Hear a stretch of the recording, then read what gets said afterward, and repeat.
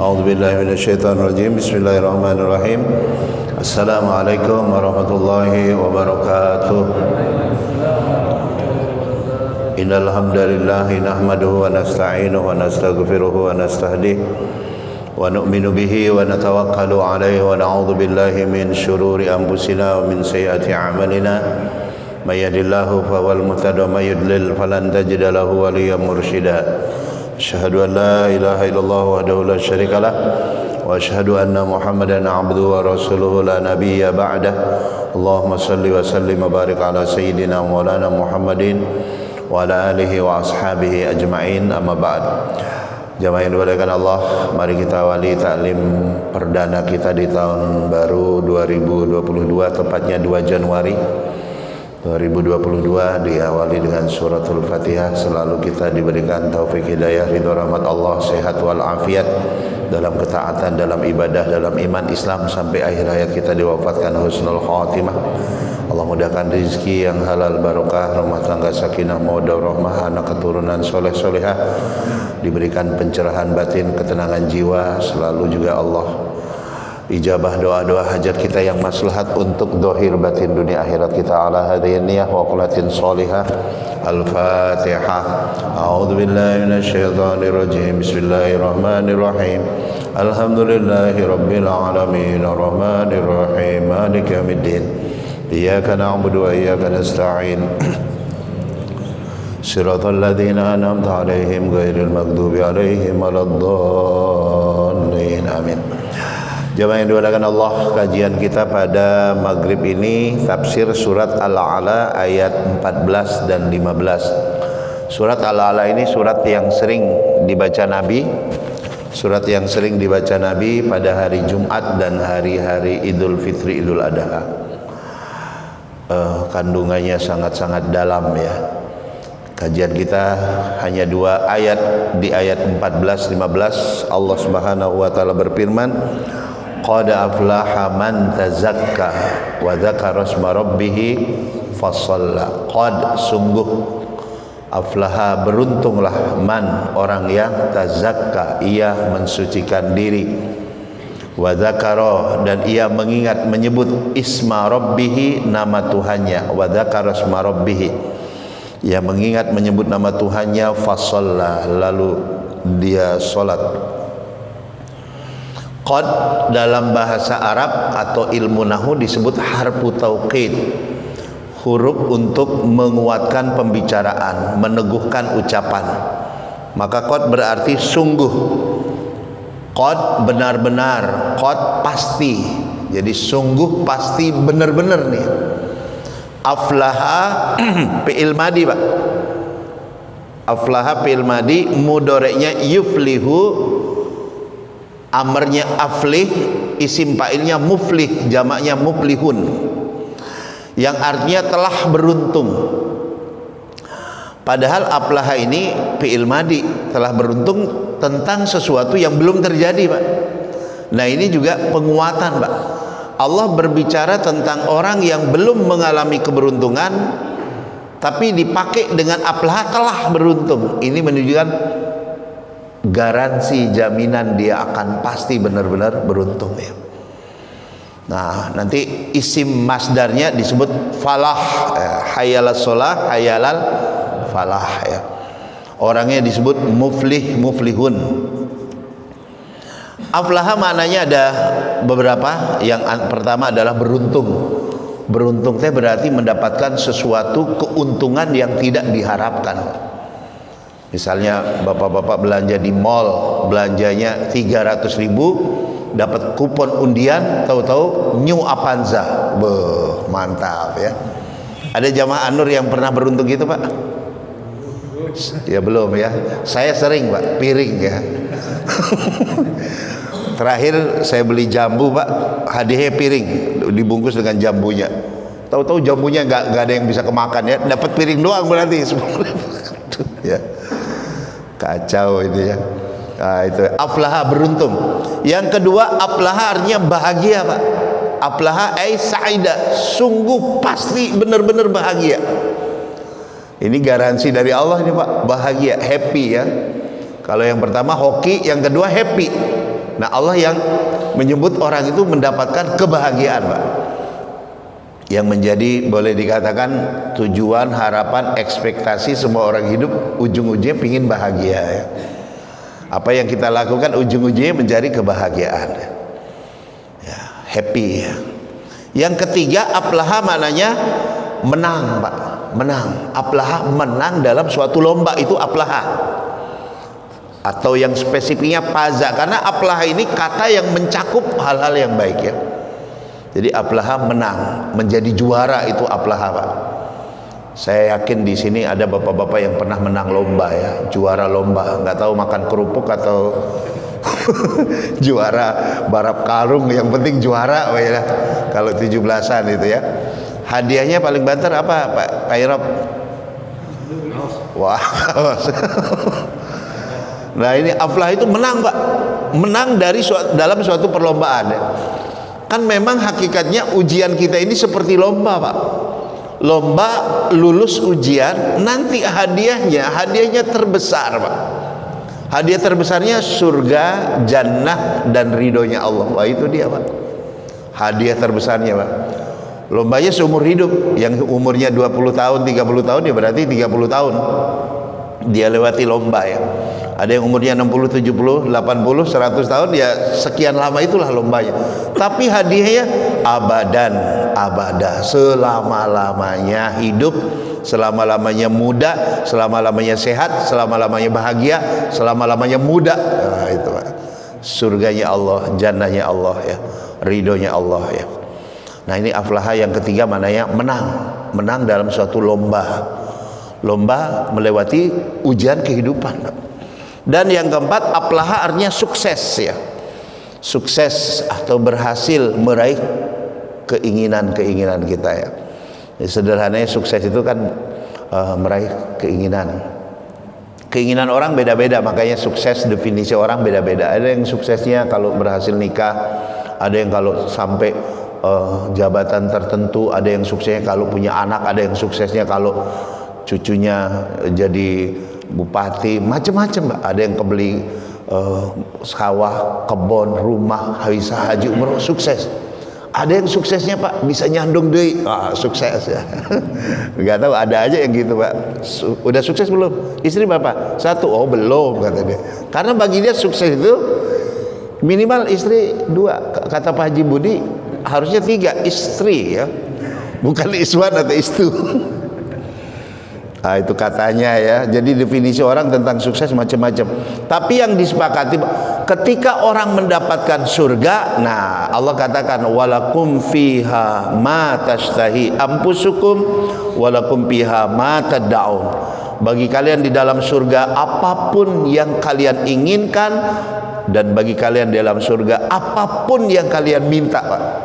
Jadi di surga itu semua keinginan tercapai, semua permintaan dikabulkan. Kalau di dunia kan, Pak, banyak keinginan kita, cita-cita kita, harapan kita, tinggal harapan ya. Ya, doa-doa tinggal doa. Jadi pahala, Pak. Ya, kan tentang doa itu mungkin dijawab persis seperti yang kita minta, mungkin dihindarkan dari musibah yang tadinya akan mengenainya, atau yang ketiga jadi pemberat amalan di akhirat. Jadi doa itu nggak ada ruginya ya. Bisa dijawab persis, bisa enggak, Pak. Nah, itu di dunia, Pak. Banyak keinginan kita nggak tercapai. Mungkin ada dulu yang cita-cita jadi pilot di sini, Pak. Ada yang berhasil, Pak. Pilot Avanza ya. Ada yang ingin jadi dokter, jadi presiden dulu. Waktu SD ditanya kan selalu dulu, apa cita-citanya? Presiden ya. Pak Nixon nggak tahu apa dulu sih. Pak Ali apa cita-citanya dulu? Dokter. Berhasil nggak? Kalau nikahin dokter baru. Saya dulu ingin jadi astronot, Pak. Ya, gagal total astronot ya. Senang hal-hal yang astronomi dulu waktu SD itu, senang ya. Tahu-tahu hidupnya ya beda dengan yang diinginkan dulu ya. Nah, jadi jamaah yang dimuliakan Allah, qad sungguh pasti benar-benar aflaha beruntung, aflaha bahagia, aflaha menang, aflaha sukses, Pak. Siapa? Man. Siapapun yang. Nah, man ini namanya isim mausul mubham. Kata sambung untuk umum. siapapun yang, nggak peduli orang kota, desa, tua, muda, pria, wanita, miskin, kaya, asalkan dia orang, Pak. Ya. Orang yang satu tazakka, ia selalu tazakka, tazkiyatun nafsi, mensucikan diri. Tazkiyatun nafsi, tazakka, mensucikan dirinya, membersihkan dirinya. Yang kedua, wa dzakara asma rabbih, dia selalu berzikir mengingat nama Tuhannya, berzikir menyebut mengingat nama Tuhan. Yang ketiga, fasalla, lalu dia menjaga sholatnya. Jadi tiga ini, Pak, syarat kalau kita ingin mendapatkan aflaha, janji Allah, garansi Allah, maka tiga perkara harus kita jaga. Dan tiga perkara inilah yang nanti disebut orang itu diantara muflihun, Pak. Disebut orang beruntung, disebut orang yang bahagia, orang yang dalam istilah ayat yang lain muttaqun, orang yang bertakwa, disebut as-solihun, orang yang soleh, disebut muhsinun, orang yang berbuat baik. Jadi banyak istilah-istilahnya. Makanya di antara tanda-tanda kesolehan itu, Pak. Jadi soleh itu bukan sekedar jenggot tebal, Pak. Soleh itu makin tebal jenggotnya makin soleh. Segampang banget kalau soleh ditandai jenggot doang, Pak. Soleh itu bukan hanya celana cingkrang, Pak. Kalau celana cingkrang doang tinggal cari tukang jahit, cingkrangin udah jadi, Pak. Ya. Jadi soleh bukan sekedar itu, bagus, tapi bukan hanya itu soleh. Soleh bukan hanya jidat hitam, Pak. Gampang banget jidat hitam. 2 minggu gosok-gosok terus ya, sambil sujud, iya. Udah hitam, Pak, ya. Wow, ahli sujud lewat, awas minggir ya. Hitam doang mah gampang ya. Yang namanya kesolehan itu bukan sekedar wah tasbihnya gede lagi nih kayak gini, Pak. Mantap ya. Kalau kita tasbih, soleh nih ya. Subhanallah. Bukan sekedar tasbih yang besar soleh itu ya. Soleh itu bukan sekedar surban, Pak. Bersurban ya baik-baik aja ya. Apalagi sekedar selempangan gini, Pak. Hatta yang surban segede truk tuh ya, belum tentu itu kesolehan. Baru penampilan doang bisa menipu. Jubah, koko, itu bukan satu-satunya tanda kesolehan. Itu bisa menipu, termasuk penampilan seperti ini, Pak. Nah, kata Allah, yang beruntung itu yang pertama tazkiyatun nafsi, mensucikan dirinya. Makna tazkiyatun nafsi yang pertama kata ulama adalah taubat. Dia bertobat, Pak. Dia bertobat ya. Manusia ini Allah izinkan untuk berbuat salah ya. Diizinkan bukan berarti diri doi ya. Allah kasih kesempatan dia berbuat salah, karena dari situ dia belajar banyak untuk memperbaiki diri, untuk menyadari dirinya bukan orang suci. Karena kalau orang itu tidak berdosa, justru nanti yang muncul perasaan diri hebat, Pak. Iblis itu 18.000 tahun ibadahnya tidak pernah berbuat maksiat. Kana abidan, kata Nabi, dia ahli ibadah. Sajidan, ahli sujud. Zahidan, orang yang sangat zuhud. 18.000 tahun ibadah tanpa satu maksiat pun, Pak. Sekali dia berdosa tidak mau sujud pada Adam, dikeluarkan dari surga. Jadi orang yang sombong kayak dari ada awalnya di surga dikeluarkan, ini masih sombong pingin masuk surga, ya elah kebalik atau ya. Yang di dalam surga ini disuruh keluar gara-gara sombong. Apalagi belum masuk surga udah sombong, nggak bakal masuk kata Nabi. Dosanya iblis sekali, Pak. Nggak mau sujud pada Adam. Lah ini nggak mau sujud sama Allah tuh, lebih parah lagi kata iblis ya. Aing nggak sujud pada Adam sekali ya. Ini nggak sujud sama Allah berhari-hari, berminggu-minggu, berbulan-bulan, bertahun-tahun. Kata iblis lebih parah di aing ya. Nah ini jamaah yang dimuliakan Allah, yang disebut tazakka itu pertama adalah bertobat ya. Mulai dari dosa-dosa zahir dulu ya. Dosa zahir itu dari atas kepala kita, Pak. Ya Rabb, ampuni pikiran kami yang kemana-mana ya Allah. Tidak mungkin suudzon kepadamu ya Rabb. Dapat masalah kehidupan, pasangan hidup, anak, persoalan kok begini-begini amat. Ujianku orang lain kok kayaknya seneng. Ya Allah, kenapa engkau berikan aku masalah begini? Ampun ya Rob, kalau kepala ini sering suudzon, berpikir hal-hal yang negatif tentangmu ya Rob. Makanya wudhu kita bersihkan kepala, bukan rambut tapi kepala yang diusap, turun ke mata ya. Mata kita ini Pak, jangankan keluar rumah, di dalam rumah aja bisa maksiat Pak. Buka HP itu udah bisa jadi maksiat ya. Maka kita istighfar dengan dosa-dosa mata ya. Ya Rabb, gampang sekali untuk berbuat dosa ya Allah. Mata yang tidak terjaga ya, ke kiri dikit, kanan dikit, samping telinga yang mendengar gunjingan, gibah, yang nggak suka mendengarkan kebaikan-kebaikan, senangnya dengar apa yang engkau tidak ridho ya Rabb. Ampun ya. Hidung mengendus-endus, mencari-cari kesalahan orang lain, itu kita tobat. Astagfirullah, dosa hidung. Bukannya mencari kebaikan orang lain, menghargai kebaikan orang lain, tapi senang mencari aib cacat orang lain lah. Mulut ya Rabb, ampuni dosa mulut kami ya Rabb. Berkata dusta, gibah, fitnah, menggunjing, membentak pasangan kami, anak kami ya Allah. Marah kepada tetangga ya, mencaci maki ya, menghardik.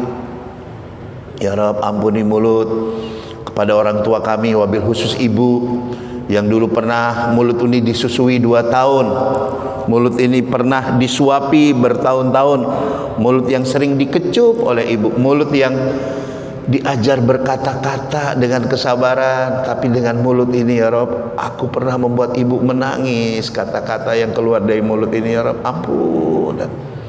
Sahabat ada yang nanya, Pak, ya Rasul, adakah orang masuk neraka gara-gara lisannya? Oh, Nabi justru kan, fahal yukabbun nas finnar illa bilisanihim. Tidak ada sebab orang kebanyakan masuk neraka melainkan karena ngomongannya nggak kejaga. Jadi faktor lisan itu luar biasa. Makanya kita astagfirullah, selalu salah ucapan, salah ngomong itu sering, Pak. Apalagi yang banyak ngomong seperti saya, pasti sangat sering ya. Sehingga bukannya kemudian diem nggak ngomong terus, salah ya istighfar lagi Pak. Disitulah kita belajar dari kesalahan-kesalahan. Jadi Islam itu tidak menyuruh kita untuk tidak boleh salah Pak. Salah boleh, tapi ambil pelajaran dari kesalahan itu, perbaiki diri lagi. Sebab kalau nggak pernah salah kayak iblis itu nanti muncul sombongnya, turun lagi ke bawah.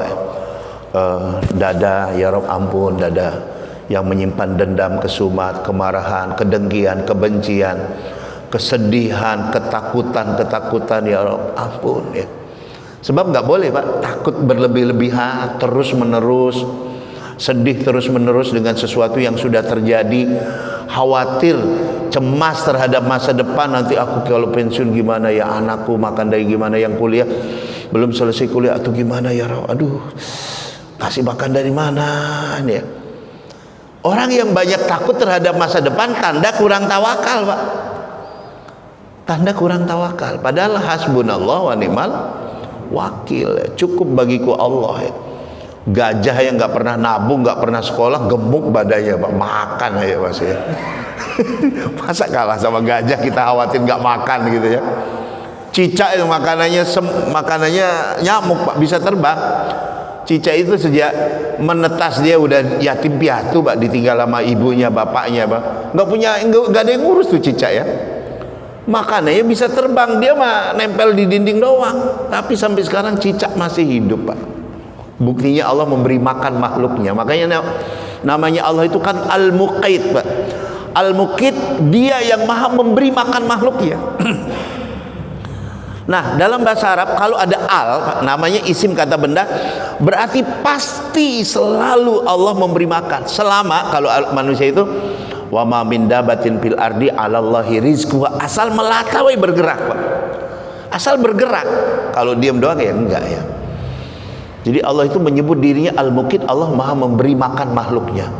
Makhluk yang terbang di udara, kuman, virus, atau yang ada di air, ikan-ikan, yang ada di tanah, cacing ya, dan sebagainya, Allah kasih semua makan Pak. Makanya meyakini bahwa Allah Al-Muqit, tenang aja, masa nggak bisa makan sih. Allah Al-Hadi Pak, yang maha memberi petunjuk. Selama masih ada sifat Allah Al-Hadi, tenang aja, di muka bumi akan selalu ada orang-orang berjalan di atas hidayahnya Allah. Nggak mungkin enggak Pak, karena Allah sudah mensifati dirinya Al-Hadi, yang terus-menerus memberikan hidayah. Kalau nggak ada lagi orang benar, baru kiamat terjadi. Apabila di muka bumi lam yakun ala wajhil har, tidak ada lagi di muka bumi man yaqulu Allah Allah, tidak ada lagi yang berkata Allah Allah, baru tuh kiamat terjadi ya. Tapi masih ada yang mengatakan Allah Allah, tu'akhkharus sa'ah arba'ina sanah, ditunda kiamat kehancuran 40 tahun. Udah rusak semua manusia ini Pak, tinggal satu orang Allah, terus dia mati Pak, baru 40 tahun kemudian tuh hari kehancuran, hari kiamat. Sekarang masih banyak nggak Ji? Jadi hari kehancuran masih jauh Pak ya, masih jauh. Mau Semeru meletus, mau Tangkuban, enggak, masih jauh ya, masih jauh. Karena apa? Masih miliaran manusia menyebut Allah Allah Allah, masih Pak. Paling kiamat kecil lah kita alami itu pasti ya. Turun lagi Pak ke perut kita, ya Rob ampuni dosa perut yang hamba masukkan apa aja, nggak lihat lagi halal haram ya Rob, sepanjang hidup yang penting makan, yang penting perut kenyang.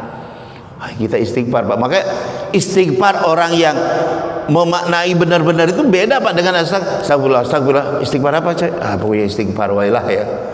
Maka harus dimaknai Pak, istighfar astagfirullah ya Rob, dulu sering masukkan ke dalam perut ini ya Rob yang haram. Astagfirullah, astagfirullah, astagfirullah. Pak, itu istighfar yang mengundang rahmatnya Allah, kasih sayangnya Allah. Turun ke bawah lagi kemaluan kita di antara dua selangkangan ya. Pernah nabrak kemana-mana ya, salah bertamu ya. Wah ini istighfar lagi kita Pak. Istighfar lagi ya. Kata Nabi itu, aku jamin surga bagi orang bisa menjaga lisannya wama bainal fakhizain, dan di antara dua paha. Apa Pak di antara dua paha? Itu kemaluan ya. Yang maksudnya tidak berzina Pak. Aku jamin surga bagi yang menjaga di antara dua rahang lisan dan dua paha kemaluan, yaitu tidak berzina. Jaga lisan dan tidak berzina. Itu Nabi yang garansi Pak. Kembali jamaah yang dimuliakan Allah. Jadi turun ke bawah kaki ini Pak. Ya Rob ampuni kaki yang ini, salah ngomong lagi tuh saya ya. Nggak lihat ada anak-anak yang insya Allah bahasanya bahasa isyarat masih ya. Kaki yang salah melangkah kita istighfar lagi Pak. Ya Rob, salah melangkah ke tempat-tempat yang Engkau tidak ridho ya Rob. Mohon ampun, mohon. Makanya Sayyidul Istighfar itu salah satu hadisnya sahih Pak, hadis Muslim. Siapa yang baca Sayyidul Istighfar sekali di waktu malam, summa mata qabla an tatlu al fajr, lalu dia mati sebelum terbit fajar, sebelum subuh, illa kana min ahlil jannah, melainkan pasti masuk surga. Wa man qara'ahu bi ayyi waqti minan nahar, kapan siapapun yang membacanya setelah subuh Pak. Summa mata qabla an taghruba syamsu, lalu dia mati sebelum matahari terbenam, illa kana min ahlil jannah, melainkan dia masuk surga. Maka penting sayyid, tuannya, rajanya al istighfar itu penting kita hafalkan dan kita pelajari maknanya kata per kata sehingga kita membacanya dengan penuh pemaknaan. Nah ini jamaah yang dimuliakan Allah, pertama mana tazkiyatun nafsi adalah bertobat, tobat dari dosa dohir. Yang kedua, tazkiyatun nafsi itu tobat dari dosa batin. Ini yang lebih halus lagi nih, yang lebih halus lagi ya, dosa-dosa batin ini yang mengotori batin kita ya. Apa yang mengotori batin kita? Di antaranya tadi ya, kesombongan seperti iblis ya. Cek, kita muhasabah diri Pak, mengamati hati kita, emosi kita, pikiran kita, ada nggak ya? Ya Rob, saya dikritik 3 minggu lalu sama teman tapi marahnya sampai sekarang. Ya Rob, berarti saya ini anti kritik ya, nggak boleh dikatain jelek sama orang. Astagfirullah, ya Allah ampun, ya Allah ampun ya. Allah itu Pak ini Allah yang maha segala-galanya, asmaul husna. Itu ada yang memfitnah Allah Pak. Surat Maryam,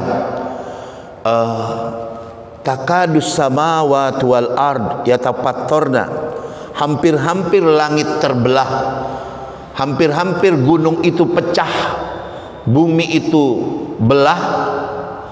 Ayakulu ittakhadar rahmanu walada, karena manusia ada yang berani berkata Tuhan punya anak. Isa binullah, Yesus anak Tuhan. Itu alam semesta tersinggung, Pak. Mereka memfitnah Allah, Pak. Allah itu dipitnah, Pak. Allahnya dipitnah. Nabi Muhammad, Pak, ada nggak yang jelek-jelekin beliau? Oh, banyak, Pak. Disebut majnun, orang gila, sahir, tukang sihir, kahin, dukun. Disebut abtar, putus turunannya, mandul, ya. Disebut Nabi itu muparik, pemecah belah, ya. Macam-macam, Pak. Bahkan usaha membunuh Nabi itu banyak sekali, ya. Itu Nabi manusia paling mulia, Pak. Yang jelek-jelekin beliau banyak, ya. Nah, kita ini siapa dibanding Nabi, Pak? Kalau ada yang jelekin kita memang wajar lah, memang kita tempatnya jelek, termasuk yang ngomong, ya. Ya wajar lah, memang ya kita juga banyak kekurangan, ya. Nabi Muhammad yang sempurna ya dijelekin orang, apalagi kita, ya. Sehingga kalau ada yang kritik kemudian kita kok tersinggung, oh emang lo siapa gitu. Nabi Muhammad julukannya banyak tuh yang jelek-jelek, Pak. Kalau yang bagus-bagus kan wah, Habibullah, Rasulullah, Muayyad, Mumajjad, Karimal Walidain, banyak itu, ya. Nah, yang jelek-jeleknya banyak juga Nabi, ya. Tapi Nabi ya senyum-senyum aja itu, ya. Nah, meskipun kita nggak bisa senyum, ya setidaknya sabar, ya. Oh iya, nah Allah dipitnah, Nabi juga dijelekin, saya oh iya tempatnya. Kalau ada yang jelekin gitu, guru kesabaran, latihan sabar. Kapan lagi latihan sabarnya? Semua nabi-nabi, wali-wali ada yang musuhin, Pak. Ya, apalagi kita mau jadi wali nggak mau dijelekin orang, nggak jadi walinya, Pak. Waliullah nggak jadi, wali murid dulu.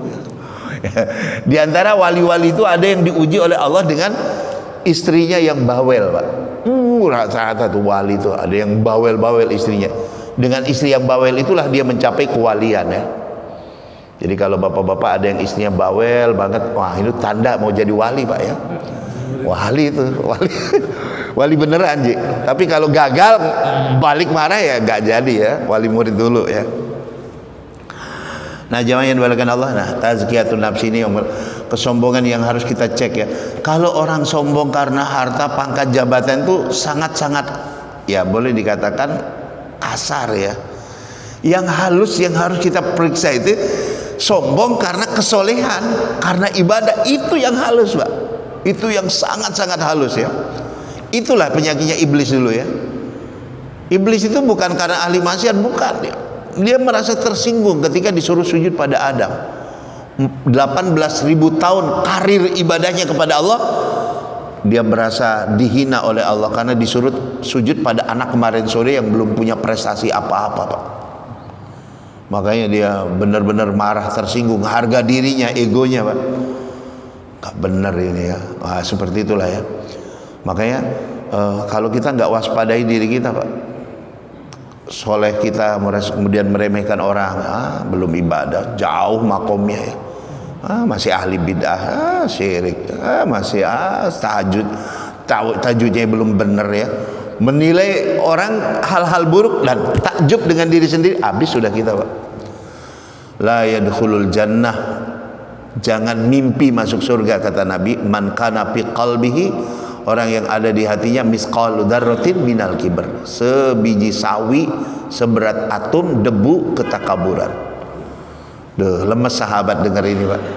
Ya Rasul, kami senang pakaian kami bagus, sepatu kami mengkilap, rambut tersisir, pakaian necis, harum. Oh, bukan itu yang namanya sombong, kata Nabi, bukan, ya. Sombong itu bukan rumah besar, mobilnya mewah, bagus, bukan, ya. Bukan punya duit banyak, bukan, belum tentu.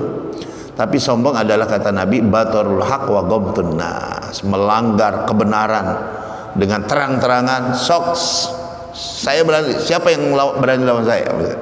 Saya ini di sini. Wah, ini saya terserah. Siapa yang berani negur? Itu kesombongan. Wa ghamtun nas, merendahkan orang lain, merendahkan orang lain.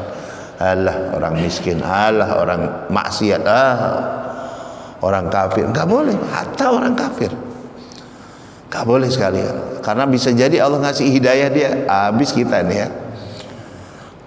Bahkan Nabi Musa itu hampir, kata Allah dalam hadis di kitab Ihya Ulumuddin, hampir-hampir aku hapus namamu wahai Musa dari Dewanul Anbiya, dari daftar nabi-nabi, ketika Nabi Musa hampir merasa dirinya lebih lebih hebat dari anjing, Pak. Bahkan anjing aja gitu, Pak. Jadi kita kalau lihat binatang, Pak, ya binatang nggak ada dosanya, Pak. Kita mah berdosa. Dasar anjing, najis, neraka. Anjing nggak ada yang masuk neraka, Pak. Nggak ada anjing masuk neraka. Anjing ada yang masuk surga. Lah manusia ada nggak yang masuk neraka, Pak? Kata anjing, parahan sia. Anjing nggak, bangsa anjing nggak ada yang masuk neraka ya. Makanya kalau bab anjing, Pak, mazhab Syafi'i, mazhab kita ini, Pak, di Indonesia paling anti terhadap anjing itu mazhab Syafi'i, Pak. Anjing najis semuanya, keringnya, basahnya, bulunya, ekornya, liurnya, apalagi najis mogol, najis berat. Mazhab Syafi'i. Mazhab Hanafi dan Hambali, anjing itu yang najis liurnya. Kalau bulunya mau basah kering enggak najis, tapi liurnya itulah yang najis, yang disuruh cuci 7 kali, salah satunya dengan tanah. Mazhab Hanafi dan Hambali. Tapi mazhab Maliki, Pak, paling toleran dengan anjing. Kata mazhab Maliki, anjing tidak ada najisnya. Anjing tidak najis, liurnya tidak najis, bulunya enggak najis, melihara anjing boleh. Itu mazhab Maliki, Pak. Makanya jangan heran, Pak, itu masih perbedaan mazhab. Mazhab Maliki itu masih melihara anjing. Makanya orang-orang yang mazhab Maliki biasa melihara anjing, Pak. Kenapa? Enggak najis kok ya. Nah, sehingga kenapa itu atau disuruh cuci? Kata mazhab Maliki itu ta'abudi. Kita nggak tahu hikmahnya. Bukan karena najisnya disuruh cuci, tapi karena kemungkinan ada virusnya, ada ya, yang kalau nggak dicuci bejana piring, gelas yang kita pakai perkakas makan itu nanti bisa membahayakan kesehatan. Bukan karena dia najis, karena Nabi tidak pernah menyebut najis ya. Buktinya anjing Ashabul Kahfi tidur bareng sama Ashabul Kahfi. Seorang pezina yang memberi minum anjing kehausan masuk surga. Hasan Husain itu sering, Pak, main dengan anak anjing ya. Sampai anak anjing dikejar sampai ngumpet di bawah kolong Nabi itu ya. Nah, itu diantaranya dalil mazhab Maliki, Pak. Makanya saya dulu pernah heran, di Mekah Madinah kok ada suara lolongan anjing malam-malam. Apa salah dengar? Tahu-tahu berapa kali ketemu anjing di Mekah maupun di Madinah. Bahkan pernah anjing itu lewat di pelataran Masjid Nabawi atau Masjidil Haram, saya lupa itu pelataran masjid. Oh iya, karena ya dominan mazhab Maliki, Pak. Memang Syafi'i itu yang paling anti. Saya ingat, asal ketemu anjing kayak setan aja, Pak. Dilempar anjing, Pak. Guru ngaji kita ngajarin gitu, melempar anjing, membunuh anjing, dapat pahala. Ya udah, asal ada anjing. Padahal yang nggak bener itu, Pak. Ingat saya itu guru ngaji, ya pokoknya yang bunuh anjing, lempar anjing dapat pahala. Ya kita semangat, Pak. Makanya berapa kali saya dikejar anjing ya, anjing saya lempar, ingat saya, Pak, diuber. Waduh, ternyata apal si anjing ya. Jadi mazhab Malik itu anjing itu dilarang dibunuh, dilarang dimakan, karena dia hewan yang cerdas yang harusnya dimanfaatkan untuk kebaikan manusia. Jangan manfaatkan dagingnya, manfaatkan kecerdasannya untuk membantu manusia. Pantas kalau polisi itu memakai anjing, Pak, untuk macam-macam ya, untuk bukannya berburu tapi untuk kejahatan itu, karena dia bisa ngendus tuh narkoba di dalam badannya, kecium sama anjing. Hebatnya itu ya. Kalau kita kan, apalagi Pak Irop, saya yang suka pilek, mana kecium ya. Banyak wanginya nggak kecium ya. Nah, jamaah yang dimuliakan Allah, jadi ini ya, tazkiyatun nafsi yang kedua adalah kotoran batin, kedengkian, kemarahan, ketakutan, kecemasan, kesedihan. Berdosa orang yang terus-menerus takut dan khawatir, termasuk sedih terhadap perkara-perkara yang sudah terjadi dan sudah lewat. Karena apa? Berarti tanda dia kurang ridho dengan qadarnya Allah, Pak. Orang yang sering sedih bawaannya berarti nggak ridho dengan takdirnya Allah, pengaturan Allah. Udah terlanjur, udah lewat, ya udah ridho aja. Memang harus jalannya begitu. Sesuatu yang belum terjadi kita khawatir, cemas, tanda kita kurang tawakal kepada Allah. Itu ya. Makanya begitu kita mengalami ketakutan, kekhawatiran, kecemasan, kesedihan, segera balik, serahkan kepada Allah, ridho dengan qadarnya Allah. Nabi sendiri ba'da subuh, ba'da asar biasa doanya, Pak, Allahumma inni a'udzubika minal hammi wal hazani. Ya Allah, aku berlindung kepadamu dari kekhawatiran masa depan dan kesedihan masa lalu. Kenapa? Karena nggak boleh pada dasarnya. boleh sebentar, setelah itu balikin diri ya. Boleh khawatir, cemas, tapi kemudian dipelajari kekhawatiran kecemasannya apa sebabnya ini untuk kemudian diatasi. Nggak boleh terus-terusan cemas khawatir yang tidak beralasan, nggak boleh ya. Tapi kalau memang ada persoalan ya harus diselesaikan. Nah ini yang pertama, tazakka Pak. Sehingga nanti orang yang tazakka itu Pak hanya sibuk melihat ke dalam diri Pak, tidak sibuk menyalah-nyalakan luar. Itu salah, itu sesat, itu kafir, itu fasik, itu bid'ah, itu syirik, itu menyimpang. Nah orang yang beragamanya keluar diri yang ada capek, marah, kesel, kecewa Pak. Kalau kita ini beragama Pak hanya melihat kesalahan orang lain yang ada capek, kesel, dongkol, kecewa, marah, jadilah kita khawarij Pak. Khawarij itu dikatakan Nabi, sudah diprediksi Nabi akan muncul di kalangan umatku, hum syirarun nas, mereka sejahat-jahat manusia, ala wajhil ard, di muka bumi Pak, ahdasul ahlam, anak-anak muda kata Nabi, yaqra'unal Quran, mereka hafal Quran, baca Quran, la yablugh hanajiruhum, tapi tidak melewati tenggorokan mereka, enggak nyampe ke dalam hati mereka Pak. Hafalan Qur'annya, bacaan Qur'annya, fasih tajwidnya Pak, kalah-kalah orang Arab Pak. Orang Arab yang bisu ya maksudnya. Fasihnya itu. Tapi mereka gampang mengkafirkan orang lain Pak. Nah, itulah Khawarij ya. Muncul di zaman Ali, Sayyidina Ali pertama kali. Khawarij ini dulu fanatik pada Sayyidina Ali ya. Sampai di antara Syiah itu nanti ada Syiah yang fanatik menyembah Sayyidina Ali itu, yang kemudian ya hilang ya. Nah tapi Khawarij muncul, kecewa dengan Ali, gara-gara Ali mau bertahkim dengan Muawiyah, mau damai dengan Muawiyah, mereka keluar dari kelompoknya Ali. Disebutlah mereka Khawarij yang keluar, golongan yang keluar ya. Harusnya kan kalau di dalam tetap kalau ada yang salah perbaiki, ini keluar, mau perbaiki dari luar dan memerangi Sayyidina Ali.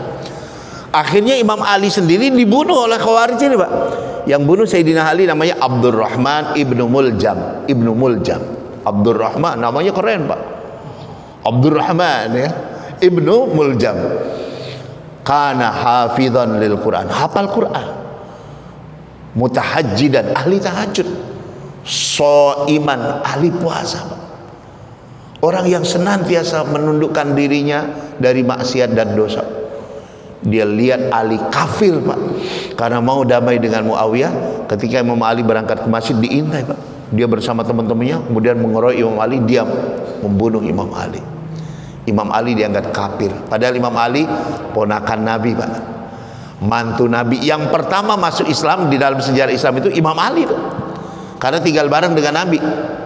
Khadijah yang perempuannya ya, anak-anaknya Imam Ali Pak. Khalifahnya Nabi Pak, Imam Ali yang disebut pintu ilmu, dibunuh sama Khawarij Pak. Apalagi kita Pak. Nah, makanya Khawarij itu di abad modern kita ini, ISIS itulah kemarin, ISIS, Jabhah Nusrah, Ahrarus Syam, Al-Qaeda itu Pak. Surbanya keren-keren Pak, bahasa Arabnya jago, tapi kafir semua di luar mereka Pak. Makanya ada kelompok-kelompok Pak yang memegang dengan hadis bahwa umat Islam akan pecah menjadi 73 golongan, satu doang masuk surga Pak, kelompoknya dia, yang lain kafir, neraka 72 golongan. Nah itu dia pegang hadis itu Pak. Yang nggak ikut dia masuk 72 golongan, yang masuk neraka, yang ikut dia doang yang masuk surga. Oh Pak, itulah Khawarij pahamnya. Di Lombok kemarin Pak, tadi malam dibakar tuh masjidnya itu. Kelompok ini dibakar. Kenapa? Karena semua orang zikir kelas itu bid'ah semua dianggap.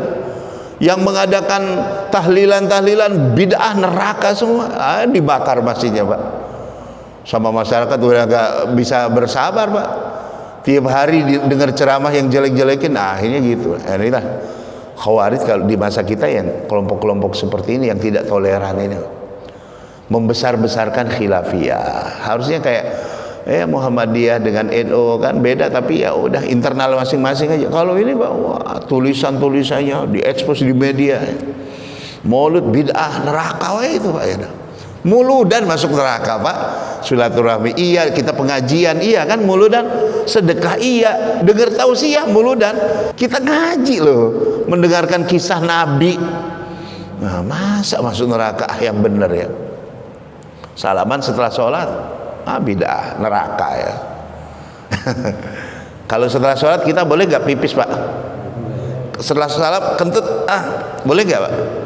Setelah sholat buka HP? Setelah sholat buka HP boleh, pipis boleh, kentut boleh, salaman masa neraka ya? Yang bener aja. Gara-gara apa? Nggak dicontohin Nabi. Ya buka HP juga nggak ada contoh Nabi ya. Nah, ini kadang-kadang seperti itu ya. Nah, jamaah yang dimuliakan Allah, itu ya. Yang kedua, wadzakara asma rabbih, dia berzikir mengingat nama Tuhannya ya. Zikir untuk menemukan ladzatuz zikir ini, Pak, memang di kelompok-kelompok thariqat itu ketemu, Pak. Misalnya thariqat yang besar di Indonesia ini thariqat Qadiriyah wa Naqsabandiyah, TQN ya. Yang masyhur itu Abah Anom Suryalaya, Tasikmalaya, yang dulu pernah kita undang wakil talqinya di sini ngajarin zikir ya. Tarikat Samaniyah ada 400 thariqat yang ada di Indonesia, Pak. Tapi yang muktabarah sekitar 50-an yang masuk di Jatmi. Jatmi di bawah Kementerian Agama, Jam'iyah Ahlut Thariqah Muktabarah Indonesia hanya 50-an yang terdaftar di Jatmi ya. Jadi thariqah ini memang mengajarkan, Pak, metodologi supaya orang merasakan kelezatan berzikir, Pak. Misalnya Samaniyah itu ya, narik kalimat zikirnya dari pusar, la ilah, dan sampai ke ubun-ubun, ilaha illallah, hantamkan ke jantung gitu ya. Thariqat Qadiriyah Naqsabandiyah, 2 jari di bawah pusar, nariknya dari situ, Latifatul Qalab namanya. Tarik la sampai Latifatul Akhfa sampai jumjumah, ilaha Latifatul Qalbi, Latifatul Ruh, baru hantamkan illallah di sini ya. Makanya zikirnya la ilaha illallah, la ilaha, seperti itu. Memang ketemu, Pak, kenikmatan zikirnya.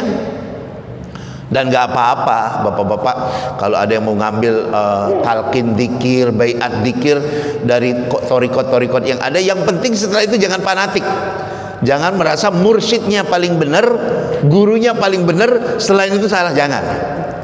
Karena saking banyaknya thariqat ini, banyak, Pak, metode-metodenya kan Al-Quran memang mengatakan mereka mengingat Allah, berzikir pada Allah qiyaman, dalam keadaan berdiri, wa qu'udan, dalam keadaan duduk, wa ala junubihim, dalam keadaan berbaring berzikir ya.